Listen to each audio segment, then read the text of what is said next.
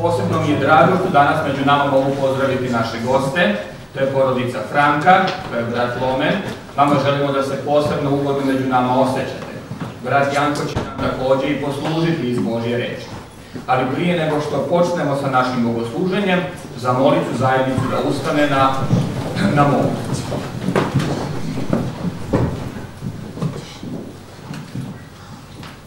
Dragi naš Oče, neka ti je hvala i slava za svaku priliku koju omogućavaš da se tvoja zajednica sastane oko tvoje reči i pije se izvora žive vode.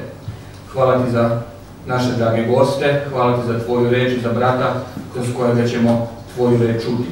Molim te da srca sviju nas budu spremna tu reč čuti. Amen. Amen.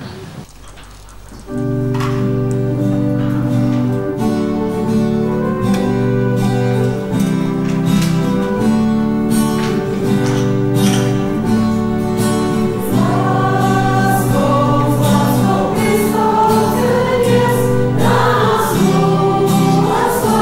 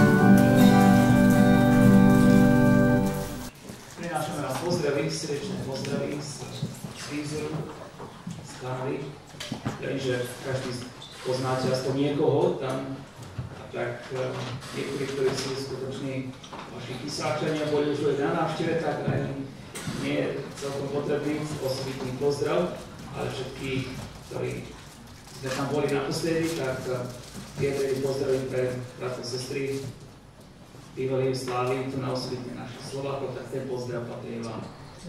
Tiež my vám ako rodina prajeme od Pána všetko dobré a Božie požehnanie.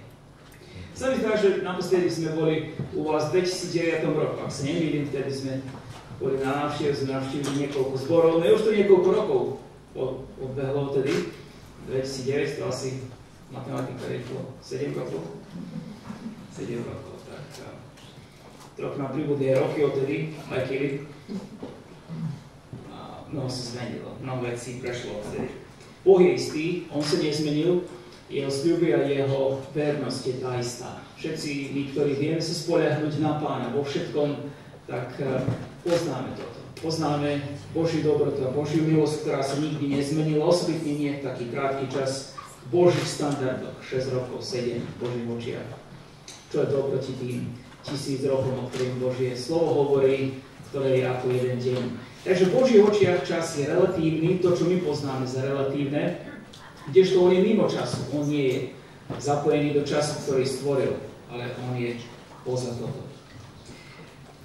Dnes po obede chcem sa zdieľiť s vami zo slova, ktoré my študujeme tam vo výzore, a tak slovo, ktoré dnes po obede budem čítať, je vlastne kniha zo Starého zákona, ktorú sme študovali na našich biblických hodinách. Tak môj príhovor bude tak skôr viacej ako nedeľná biblická hodina, nech tak povieme, a budeme sa zaoberať s prvou kapitolou kniha Rút.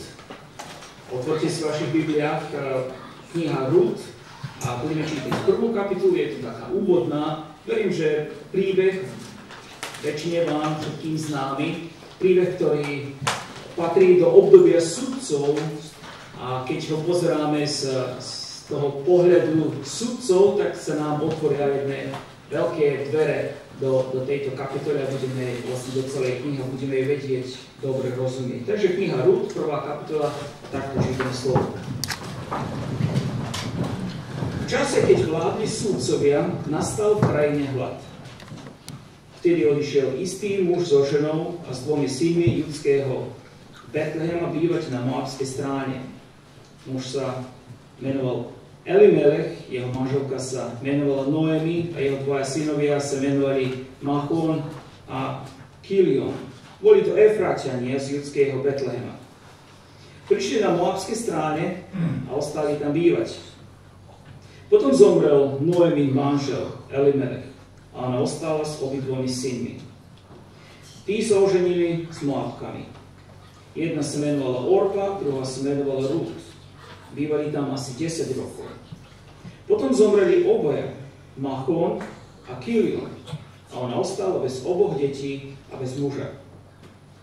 Na to sa pobrala i so svojimi nevestami a vrátila sa zo strání moabských. Na moabských stráňach sa totiž dopočula, že Hospodin navštívil svoj ľud a dal mu chlieb. Potom odišla s 2 nevestami z miesta, na ktorom bola. Pustili sa na spiatočnú cestu do judskej krajiny. Tu povedala Noemi 2 svojim nevestám: Choďte, navráťte sa každá do domu svojej matky. Hospodin nech je láskavý k vám, ako ste vy boli zosnulým i ku mne. Nech vám Hospodin dá nájsť spočinutie každej v dome jej manžela. Na to ich poboskala a oni sa hlasite rozplakali. I povedali jej: Vrátime sa s tebou, k tvojmu ľudu. Ale Noemi povedala: Vráťte sa, dcéry moje, na čo by ste šli so mnou?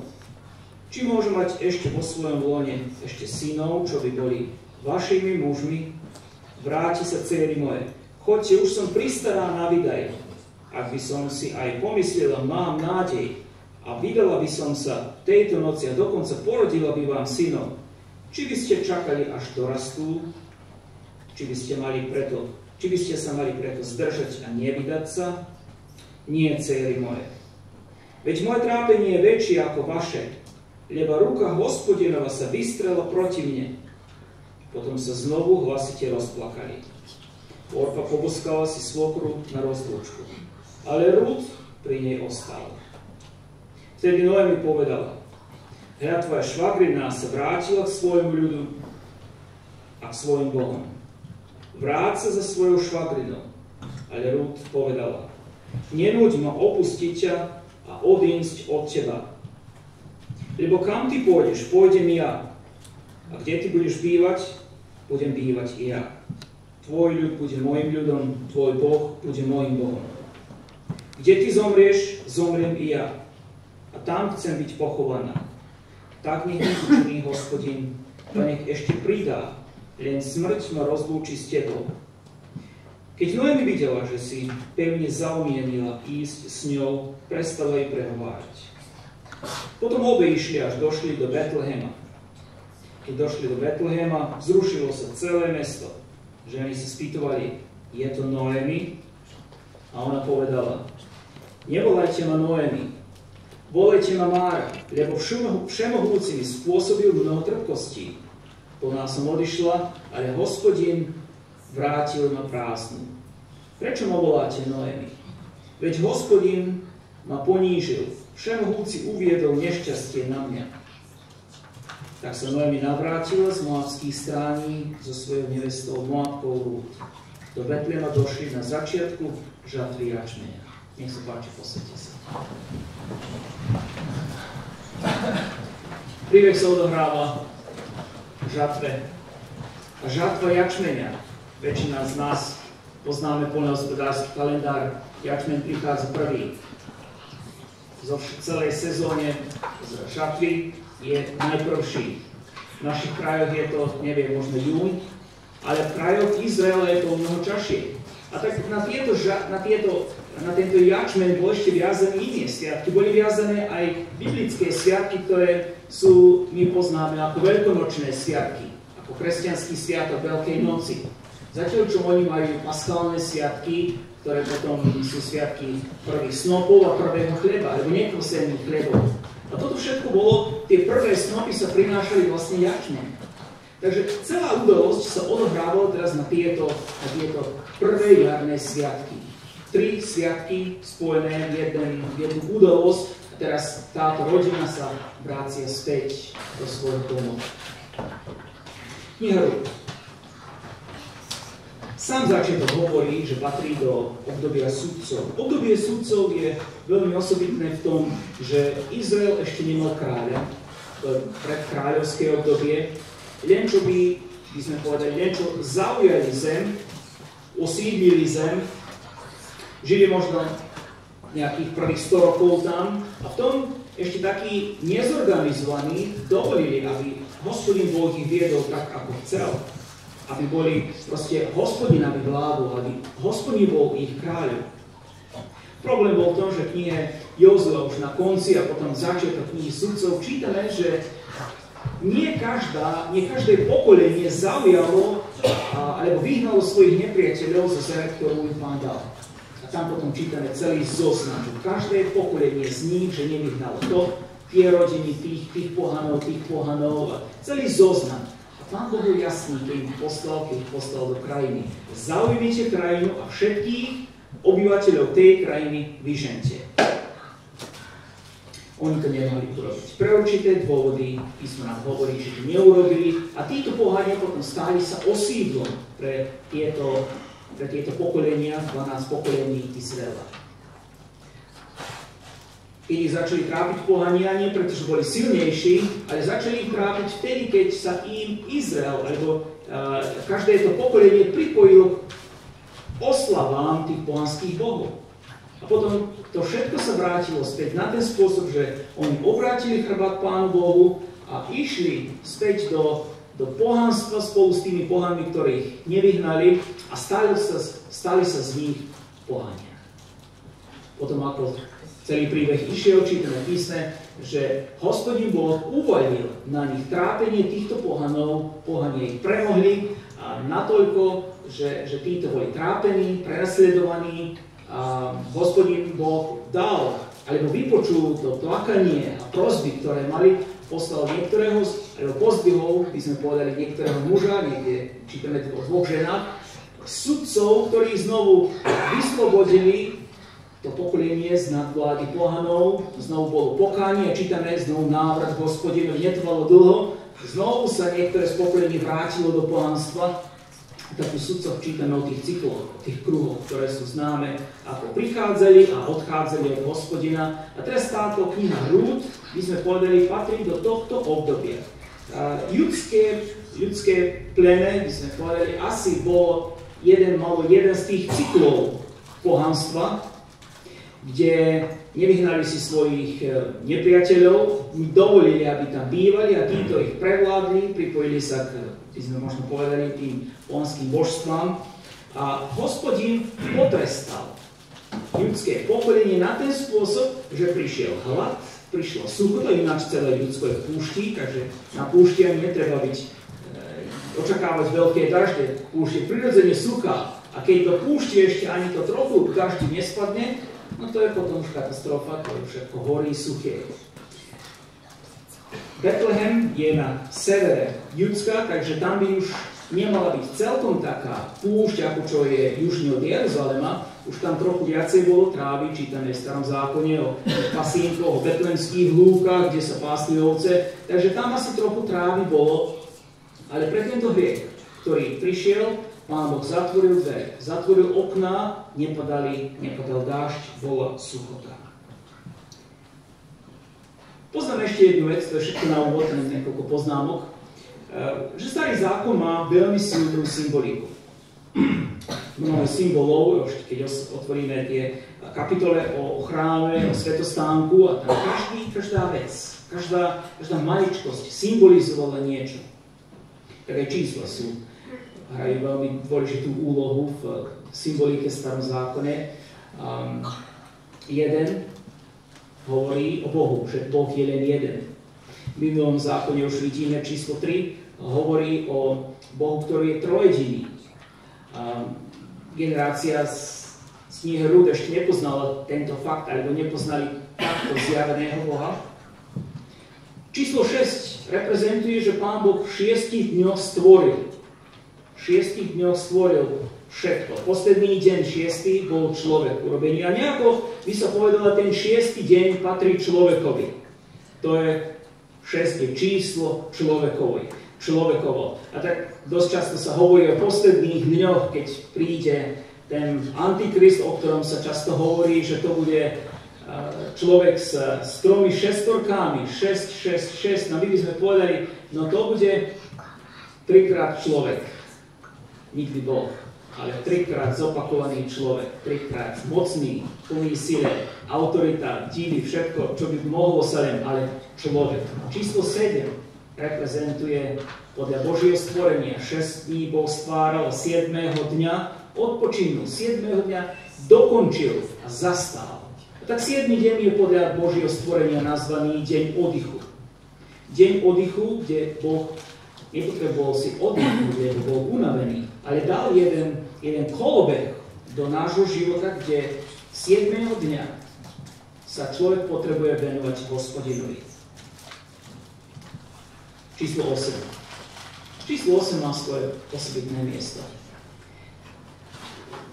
Kniha Mojžišových často čítame o sviatkoch, ktoré prichádzali, a tieto sviatky sa končili zaujímavé nie 7. dňom, ale 8. Začínalo sa prvý dní, potom 7. deň, na sobotný deň bola osobitná slávnosť, ale ten 8. deň bola ešte väčšia slávnosť. Všetko sa končilo 8. dňa. 8. deň bol nový začiatok. My by sme to povedali, no v našom kalendáre to by bol čo? Prvý deň týždňa? Nedeľa? Nepôjdeme do kalendáru, ale 8. 8. deň, alebo 8 číslo znamená nový počiatok. Táto kniha Rút hovorí o nových počiatkoch. Tu sa stala tragédia, veľká tragédia, ale Pán Boh nenechal túto rodinu tak, no, zbabrali ste to, je to koniec, tak buďte teraz tam. Tragédia. Nie, dal nový začiatok, dal možnosť nového začiatku. Číslo 8 je číslo nových začiatkov. Dobre vedieť ešte jednu vec, ktorú nachádzame v písme, ešte sme stále v takom úvode. Toto boli zlí zlé časy. Toto neboli jednoduché, ale keď my vôjdeme do zlých čias, nejako sa zdá, že osobitne v tých vojnách, keď sú tak na povrch vždy vypláva tá jedna skupina negatívnych ľudí. Tá skupina, ktorí hľadajú robiť zle, ktorí sú prirodzene nejako nespokojní, zlí, ale chceme si uvedomiť z tohto oddielu, že aj v tých zlých časoch predsa Pán nájde dobrých ľudí. Pán má svojich ľudí, ktorí rešpektujú Pána Boha Jahveho.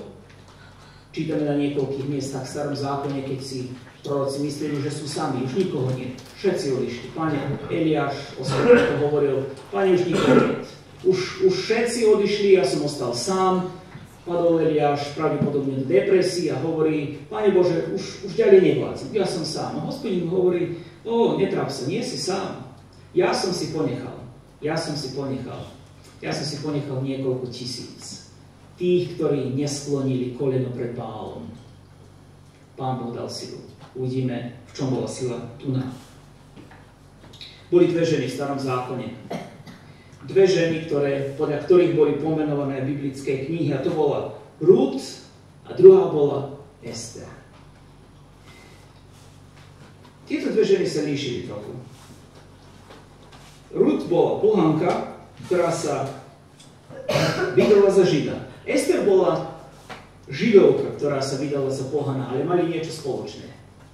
Spoločné boli to, že obidve tieto ženy zachránili celý ľud. Ruth prišla záchrana, kde neskôr vidíme cez Mesiáša. Ruth sa stala pramatkou kráľa Dávida a celej Dávidovskej línii a tým aj spasiteľa Pána Ježiša Krista. Ester bola kráľovná Asýrie a zachránila celý ľud.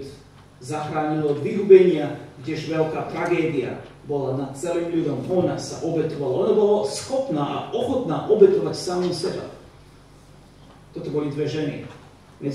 Medzi sudcami bolo tiež žien, ktoré boli vedené Duchom Božím, aby vyslobodili ľudí. Samuelove knihy neskôr potom prichádzajú po tomto oddiele. Samuelove knihy hovoria o založení Izraelského kráľovstva. Kniha Ruth je ešte, by sme povedali, to kráľovstvo ešte len plienka. O ňom sa nehovorí nič. Len Ruth je tu prvá, ktorá sa stáva teraz predchodcov tohto kráľovstva, ktoré príde cez Dávida. Ale Ruth ešte viacej poukazuje na Krista a na nevestku. A u Ruth vidíme tieto príznaky. Chcem, aby sme sa pozreli v niekoľkých momentoch, v takých blokoch na túto prvú kapitolu. Kniha sa volá po tejto pohanke Ruth, i keď v prvej kapitoli zdá sa nám, by akože hlavnú úlohu hrala jedna iná žena, nie Ruth. Jej meno je Noemi. Keď Noemi nie je hlavný hrdina tuna, je otvára celú túto kapitolu. Ale po nej vidíme niekoľko momentov, ktoré sú veľmi dôležité, aby sme si nevšimli. Noemi teraz tu hrá jednu negatívnu úlohu v celej tejto rozprávky. A tak dnes sa pozrieme na túto Noemi a Ruth tu bude ako jeden svetlý bod, jedno svetlo, ktoré silne osvietilo túto rodinu, celý národ, ale veľké svetlo dopadlo až na nás cez ňu.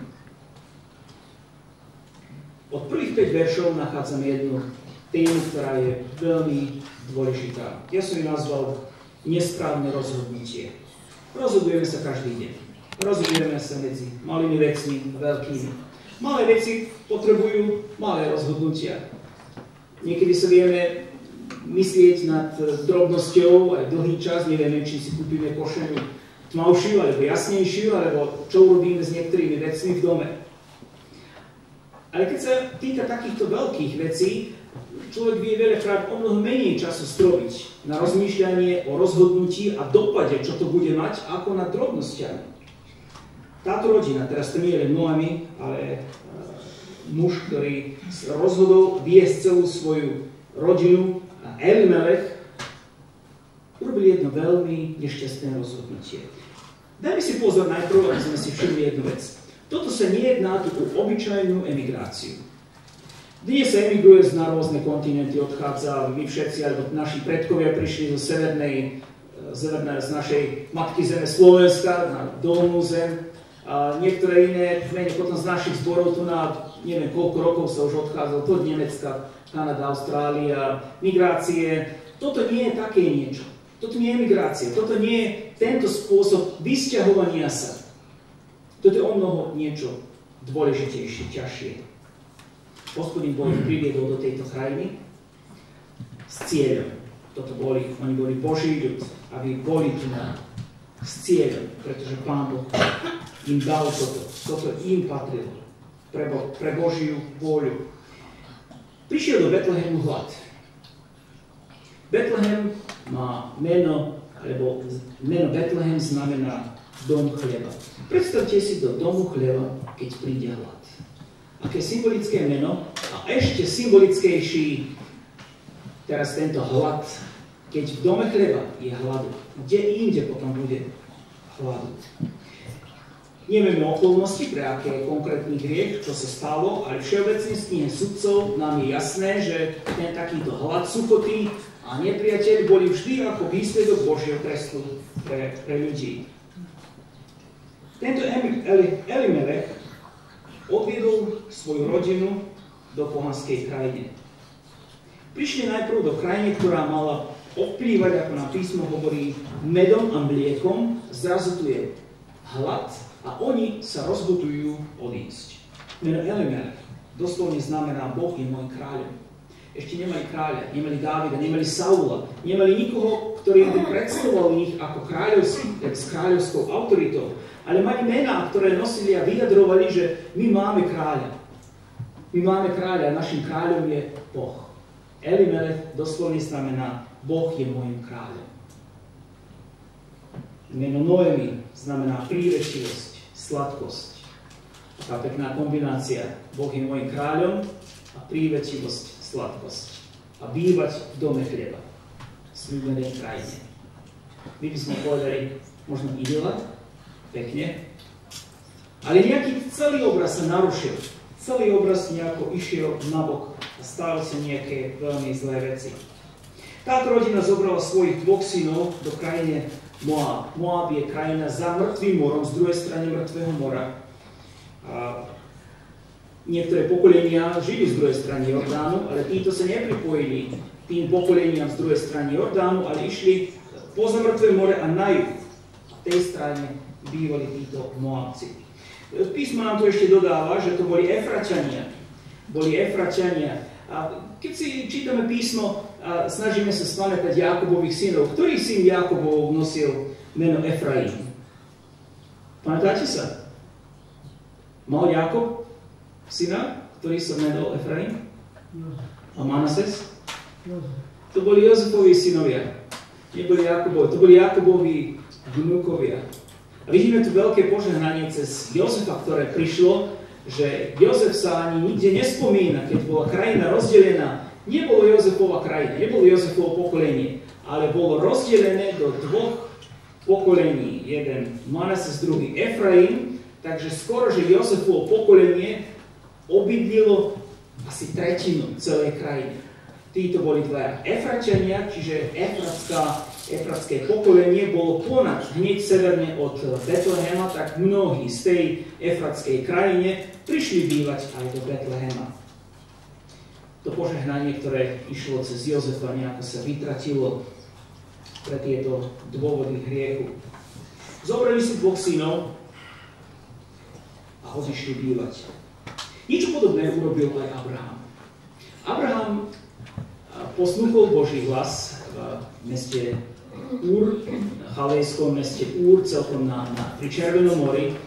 Dovolil, aby Pán Boh viedol na sever cez celú krajinu a doviedol ho do Háranu, ktoré je severne od Izraela.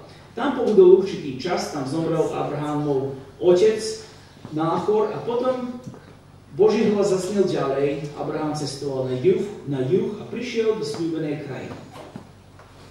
Ale podobný prípad, ako aj s touto rodinou, len čo tam prišiel, bola sukota. A on netrpezlivý dočkať teraz tie Božie sľuby, ktoré boli, povedal si, niečo mi to nesedí tu tak ako by som si prijal, idem ja do Egyptu. zobral si celú rodinu a odišiel do Egyptu. Tie odchody v biblickej terminológii, keď vidíme odchody do Egyptu, vždy boli úniky. To boli únik od Božej prítomnosti a od Božích sľubov. To boli vždy tragédia. Každý z tých patriarchov a potom aj neskorší, ktorí odchádzali do Egypta, vidíme, že odišli z Božej prítomnosti a z Egypte zle pochodili. Známe sú nám príbehy, ako prešiel Abraham, ale vrátil sa späť. A to bolo dôležité. Posluchol Pána, vrátil sa späť. Táto rodina s dvomi synmi odišli. Obidva synovia tam zomreli. Čítame písme, že žili tam asi 10 rokov. Plánovali ostať veľmi krátko, ale pobyt sa predĺžil, lebo nepočuli dobré správy z Betlehemu. Ešte stále hlad, až na konci, keď počuli, že už prišla taká blahobyt do tohto mesta, vidíme, že už ako by bolo neskoro. 10 rokov prešlo, Elimelech zomrel, zomreli dva synovia a meno prvého sa volal Machlon, čo doslovne znamená horľavý, meno druhého bolo Kilion, čo znamená žiaľ, alebo zlomené srdce. Toto boli dva synovia, ktorí asi dostali meno potom, ako určité udalosti sa udiali. Nevieme, či mali ešte niektoré mená, ale potom to ich boli v dejinách známe. Táto rodina rozmýšľala čisto telesne. Osobné záujmy boli na prvom mieste. O tom, že čo Pán Boh sľúbil, to ako by bolo celkom druhoradé, treťoradé, o tom nerozmýšľali. Čo Pán Boh chcel s nimi, to bolo vôbec nepodstatné. Len aby sa uspokojil žalúdok, aby bolo lepšie. Rímanom 8. kapitoli 6. verš hovorí: a telesne zmýšľať je smrť, ale duchovne zmýšľať je život a pokoj. Verím, že čiže vidíme z dejín, že táto rodina doslovne pochopila, že telesne zmýšľať je smrť. Tu sa stala smrť. Doslovne sa stala smrť. Hriech, alebo výsledok hriechu je smrť. List Rímskym nám hovorí, že všetci zhrešili a stratili slávu Božiu. 6.23 hovorí, že plat za hriech je smrť. Kde príde hriech, tam prichádza smrť. Ľudia sa dnes zahrávajú s hriechom ako so zábavou. Poďme si trošku pohrešiť, aby sme mali zábavu. Poďme si len tak trošku pohrešiť, aby nám nebolo nuda. Nemôžeme mať zábavu, aby sa nehrešilo, nie? Ak chce mať človek zábavu, tak trošku tam musí niečo len pohrešiť. Len trošku, nie veľmi. Len trošku. A potom to je krajšie. Potom je to trošku krajšie. Telesne zmýšľať je smrť.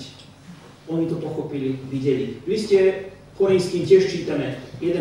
kapitole, keď si každý krát, keď lámeme chlieb a podávame kalich, tak čítame tam Pavel, ktorý píše Korinským, že niektorí, ktorí nehodne brali telo a krv Pánovu, zaspali. Zaspali, a tu môžeme špekulovať nad tým, že čo to znamená, ale vidíme, že niektorí doslovne zomreli, lebo hriech cez nich vošiel do spoločenstva veriacich ľudí. Skutky 5. kapitoly tiež Ananiáš, Zafira prišli na veľké dvere, priniesli do zhromaždenia veľký dar, povedali: my sme predali naše pole a chceme tieto peniaze, aby slúžili na Pánovu slávu. Chceme, aby Božie kráľovstvo rástlo z týchto peňazí. A to malo teraz byť tak, ich skutok mal priniesť takové hýkanie. Oni predali celé pole a priniesli do zhromaždenia. Oni teraz očakávali, že ľudia budú hýkať, akí sú oni dobrí kresťania, že dali. Ale skrze Ducha Božieho prišlo napomenutie cez apoštolov a povedali: ako ste sa opovážili klamať Ducha Božieho a toto spoločenstvo veriacich ľudí. Či nebolo celé pole vaše? Mohli ste kľudne povedať: polu predávame, polu snechávame. Čokoľvek by ste urobili, bolo vaše, nebolo žiadne donútenie. Nikto nikoho nedonútil, aby sa predávali súkromné veci pre cirkevné potreby. To bolo všetko dobrovoľne. Bolo dobrovoľne. Prišla smrť do tejto rodiny. Kde príde hriech, prichádza smrť. Táto rodina telesne zmýšľala, zhrešila. Prišla smrť. Pán Boh koná niekedy veľmi akurátne. Pán Boh koná hneď. Ďačíme Pánu Bohu, že sme v období milosti, kde Boh netrestá hriech na skutku, na všetky takéto situácie. Títo dva synovia sa oženili, zobrali si Moabky, ale znovu táto Noemi urobila, a Elimelech urobili zlé rozhodnutie. Vidíme, že zlé rozhodnutie išli od prvého momentu a nasledovali zlé. Išlo všetko naopak. 5. kniha Mojžišova 23. kapitoly hovorí, že nech nevojde do zhromaždenia Hospodinovho miešanec. Hospodin chcel, aby tí, ktorí patria Pánu Bohu, aby boli celé rodiny patrili Pánu Bohu, aby neboli rozpoutení. Ani jeho 10. pokolenie nech nevojde do zhromaždenia Hospodinovho.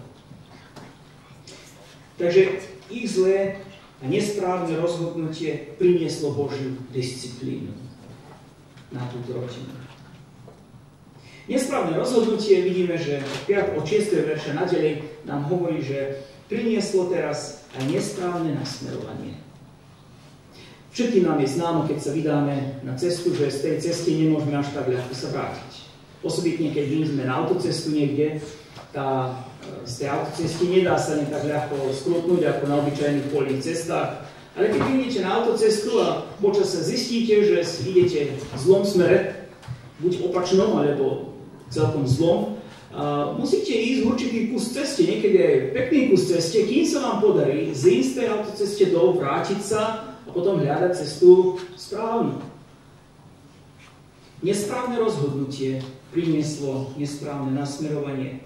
Túto Noemi teraz vidíme ako jednu odpadlícku ženu. Tak odpadlícky spôsob rozmýšľania ju priviedol až do tohto momentu. Ona sa žena rozhodla vrátiť domov. Marnotratný syn odišiel od nielen svojho otca, zo svojej rodiny, zo svojho rodiska. Odišiel, ale tento odpadlícky duch marnotratného syna bol podobný ako Noemi. Odišiel, spamätal sa tam. Keď už trel biedu, tak viete, už potom to bol moment, keď sa spamätal. Kým bol plný peňazí a všetkého, čo bolo s ním, tak neprišla mu tá myšlienka, čo môj otec robí, či je chorý, čo moja matka, moja rodina, moji bratia, ako sa majú, že či by nebolo dobre ísť do detí, nespamätal sa. Ale keď trpel biedu, keď ho pritlačilo, potom sa spamätal, u môjho otca viem, že tam aj sluhovia pri stole sedeli. U môjho otca ja viem, že môj otec bol dobrý človek. On všetkých sluhov pozbieral, ku stolu tým mali čo jesť. Bez ohľadu, či boli dobrí, či nie, môj otec ich posadil ku stolu. A ja? Kde som ja? Akú biedu ja triem? Táto odpadlícka Noemi vidíme, že sa spamätala. Počula, v Betleheme sa už lepšie žije. Vari sa idem vrátiť. Už je vari lepšie, idem späť. Tento odpadlícky spôsob rozmýšľania ju priviedol na to, aby nepozvala svoje nevesty, aby sa vrátili s ňou. On rozmýšľa, vrátim sa. Ale prvú vec, ktorú radí svojim nevestám, ale nevesty boje, vy choďte do sveta. Vy sa vráťte k vašim pohanským bohom. Ako je to smutné, keď sa takto osoba, ktorá nikdy bola pri Bohu, teraz správa na takýto spôsob, že ľudí miesto, aby volala do Božieho ľudu. Pripojte sa, poďte so mňou, budete poznať Boha Jahveho, živého Boha, stvoriteľa tejto zeme. Budete poznať, že kto je Boh, že nebudete sa kláňať tým vašim rodinným Bohom, ale živého Boha budete poznať tam, v tom spoločenstve. Ona ich posiela späť. Vráťte sa do vašich pohanských chrámov. Vráťte sa k vašim Bohom. Pozrieme sa toto telesné zmýšľanie. Mnohokrát kresťania toto podobné urobia. Posielajú svoje deti do sveta. Choď najprv skús tento svet.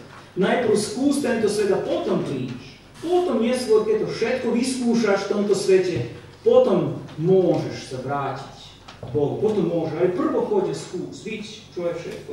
Prvo sa zašpíň a potom prídeš. Ona posiela svoje nevesty k idolom. Jej záujem bol čisto telesný. Nevidela vôbec duchovnú dimenziu života.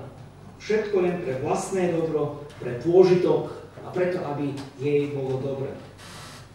Nemohlo sa spamätať, že ich rodinné plány, keď vychádzali von, boli čisto telesné. Čisto telesné, žiadny duchovný koncept to nebol. A Rút, tá pohanka ju teraz zahambila, že mala túžbu po Bohu Izraela, po Bohu Jahveho väčšiu ako po manželstve a po chlebe. Rútina túžba poznať Boha Jahveho bola väčšia ako mať manželstvo a chlieb, ktorý by znamenal prosperitu pre ňu a jej rodinu. Tá druhá nevesta Orpa, čítame, sa bez problémov vrátila. Dala sa prehovoriť svoje svokre Noemi a vrátiť sa.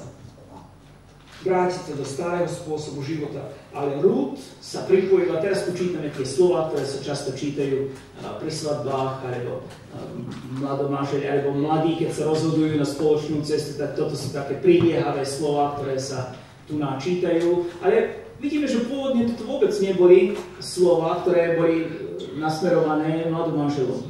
Vôbec. Svokra a nevesta. Svokra a nevesta, tieto slova, predstavte si. Rozhodla sa nasledovať skutočného Boha, táto Moabka Rút. Nasledovať Boha Jahveho, podať si celý život jemu, zmeniť jej pohanský spôsob života a žiť jedným novým spôsobom. Zmeniť spôsob rozmýšľania, my všetci vieme, že nie je jednoduché. Mnohé veci vieme zmeniť. Vieme zmeniť, ja neviem, zmeníme oblek, zmeníme auto, zmeníme mesto bývania, ale čo ide s nami? Naše zvyky, naša kultúra, náš jazyk. To všetko ide s nami, chciať, nechciať, to nosíme so sebou.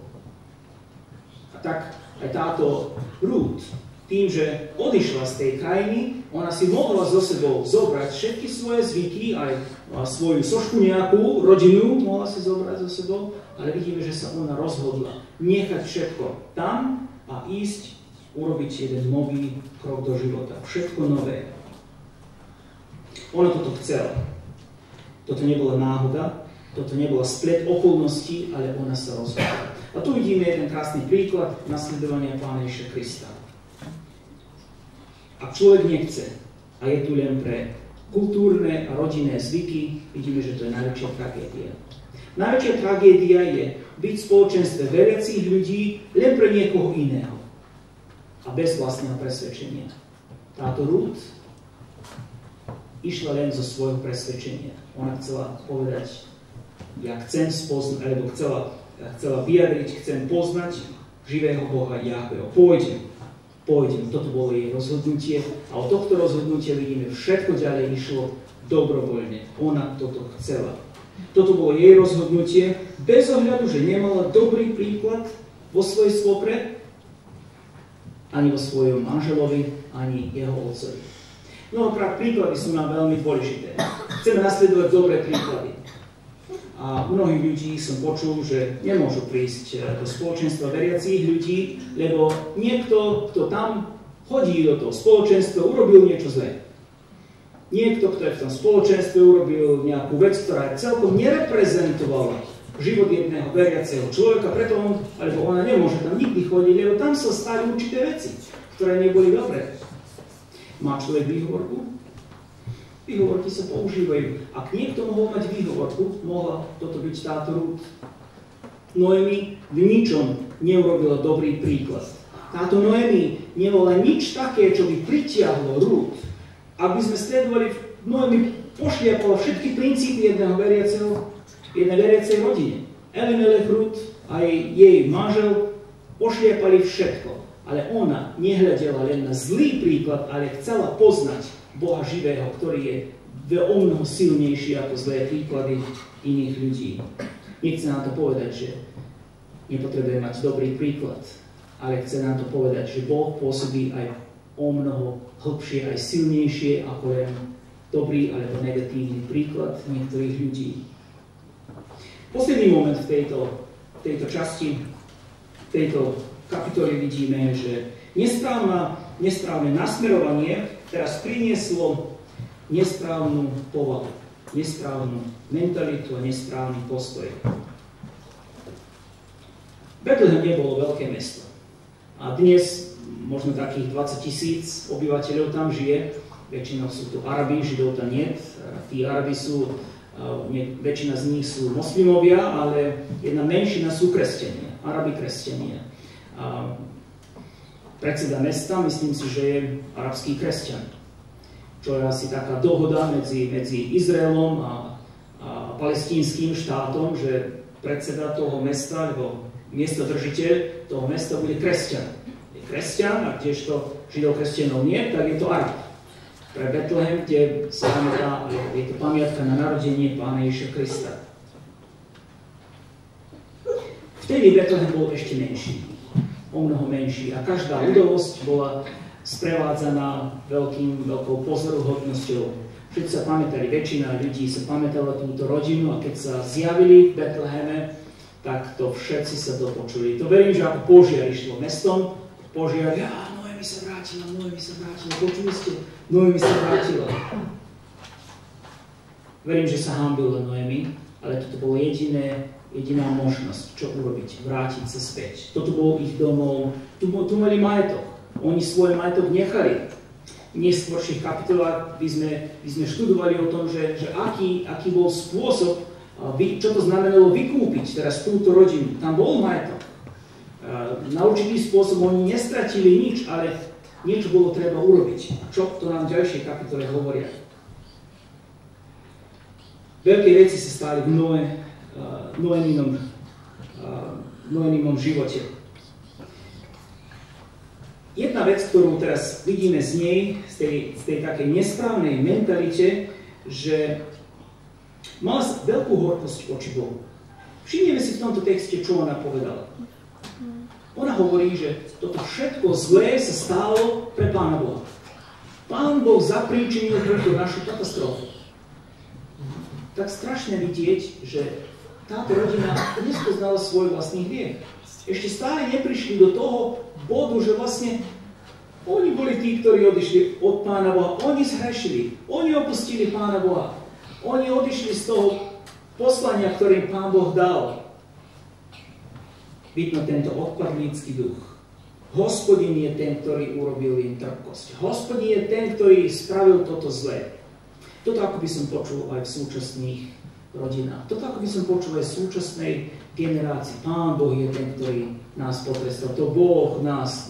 Pán Boh nám nedá dobre žiť. Pán Boh nám nedá dobré veci. Pán Boh nás trestce. Vôbec to nebol Pán Boh. To boli všetko ich rozhodnutia. Jedno za druhým, zlé rozhodnutia, čo vlastne zapríčinili Boží trest. On ešte stále neprišiel po ten moment, že pochopil, že toto je Boží trest pre túto rodinu. Mnohí kresťania dnes sa sťažujú na Pána Boha, že Pán Boh im nedá sa radovať. Pán Boh im nedá, aby sa trošku poveselili.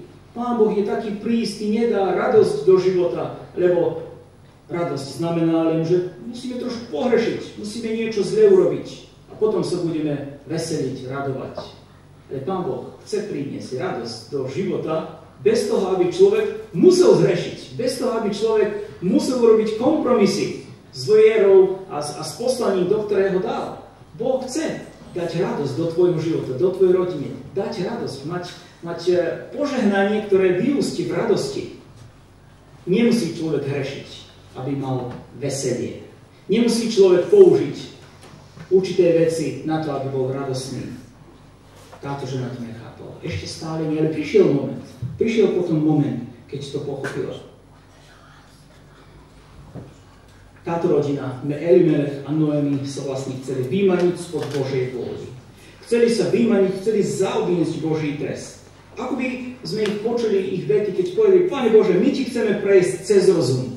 Kým ty budeš trestať tento Betlehem, my pôjdeme do Moabska a potom, keď tvoj trest prejde, my sa vrátime. My len zaobídeme ten trest, nech ty trestaj tých tam, ktorí sú, a keď trest prejde, potom my prídeme a všetko bude dobre, nič sa nestalo, ideme ďalej. Ale to tak nešlo. To tak vôbec nešlo, ich stihol.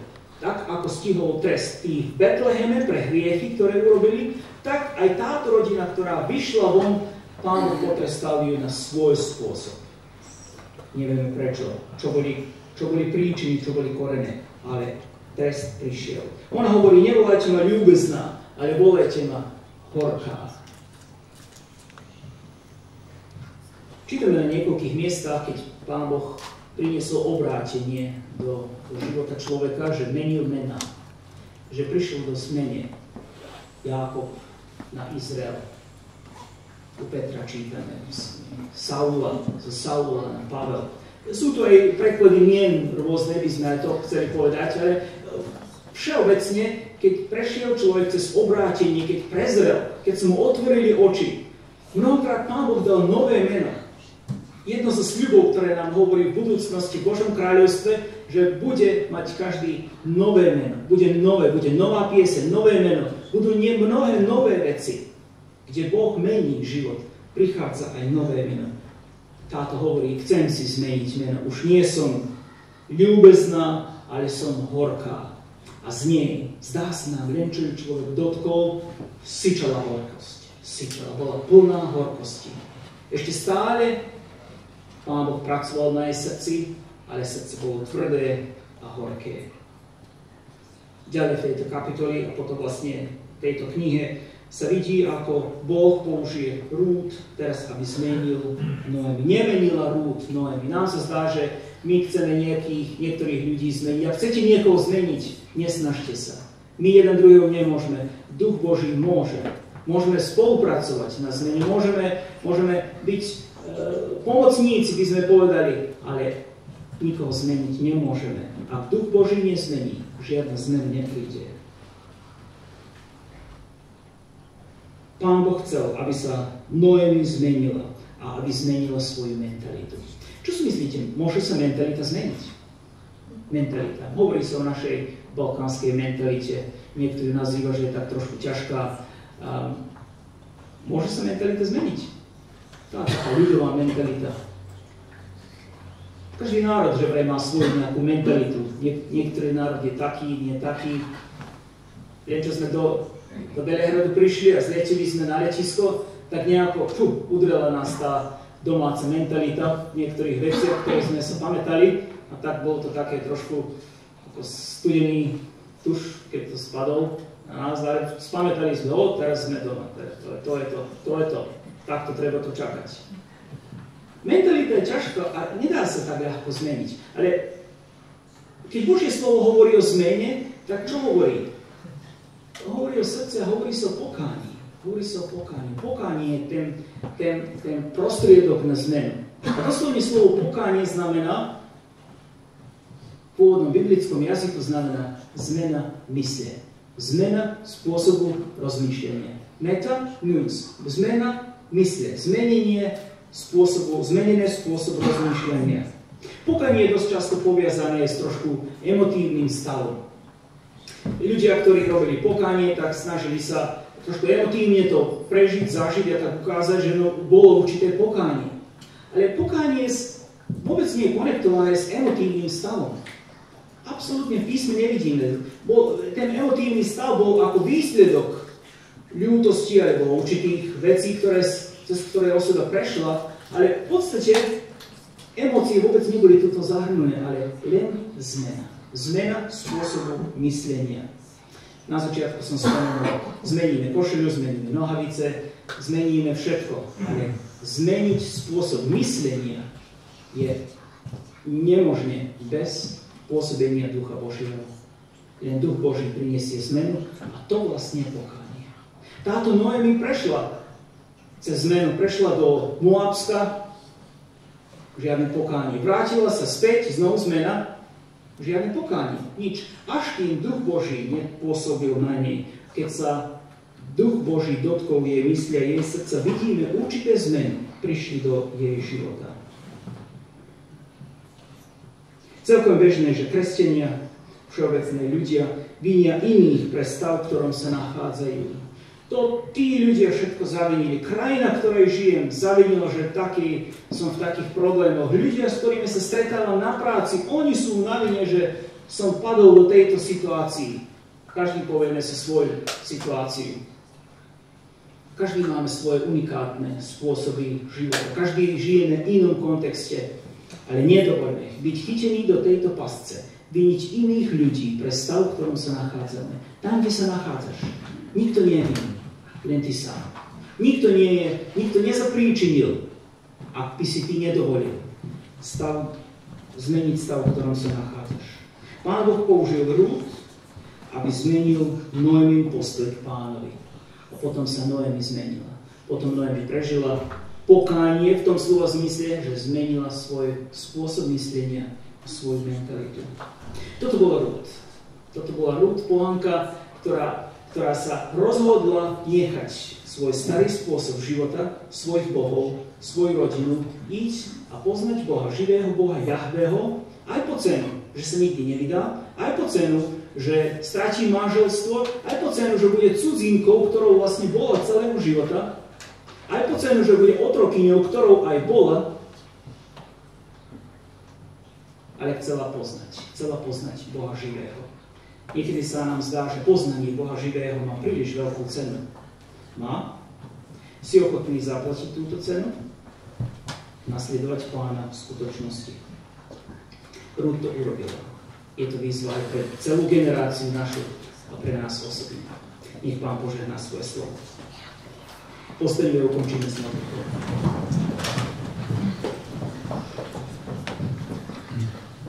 Oče nebeský, ďakujeme, že Tvoje slovo vždy hovorí priamo do nášho života. Ďakujeme Ti, že táto Rút, ktorá sa rozhodla Teba poznať, je nám dnes dobrým príkladom. Nedala sa nadbraveť iným ľuďom. Nedala, aby prekážky zmenili jej názor. Ale išla za tým, čo chcela poznať. A to si Ty, Bože. Chceme takto nasledovať Teba ako Rút. Vedieť prijať aj riziká, do ktorých vchádzame v živote. Vedieť prijať mnohé veci, ktoré sú na prvý pohľad veľmi nebezpečné. Ale keď vidíme cenu, ani sa nezľakneme, lebo vieme, že Ty si, Pane, prostred toho. Ďakujeme aj za príklad tejto rodiny, ktorá chcela vyhnúť trest, ktorý mali byť potrestaní. Ale, Pane Bože, Ti ďakujeme, že Ty si preukázal milosť dnešnej generácii skrze Pána Ježiša Krista, že na Neho boli uvedené všetky hriechy, všetká nespravodlivosť. Táto rodina sa stala pramatkou nášho Pána Ježiša Krista. Táto Rút sa stala pramatkou. A ďakujeme Ti za všetky generácie, ktoré prispeli k tomu, že viera v Pána Ježiša Krista stala základom pre životy. Prosíme o Tvoje požehnanie pre dnešné poobede. Prosíme, aby Tvoje slovo bolo hlboko zakorenené v nás. A ja Te prosím aj za zbor Kysáč, aby si žehnal každú dušu, ktorá sa rozhodne nasledovať Teba. Prosím Ťa za mesto, aby prijalo výzvu prijať evanjelium Ježiša Krista. A to všetko v Tvojom mene. Amen. Neka na prvom mestu Bogu hvala, a onda i bratu za reč i poruku koju nam je poslužio. Siguran sam da je kroz brata Duh Sveti govorio svačijem srcu, znam da mome jeste. Polako smo došli do završnog dela našeg bogosluženja. U tom završnom delu mladi će nam poslužiti sa dve pesme.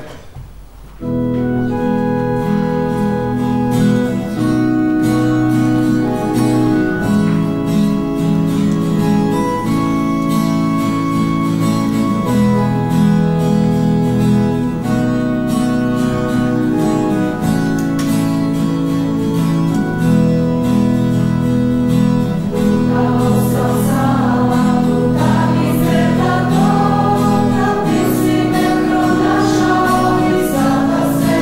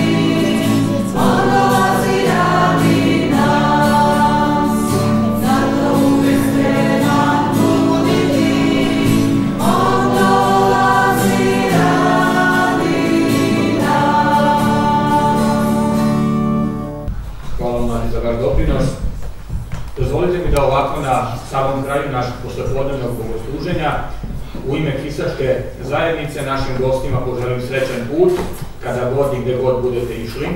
Molim vas da ponesete pozdrave od naše zajednice, vašim matičnim zajednicama, vašim rodbinama.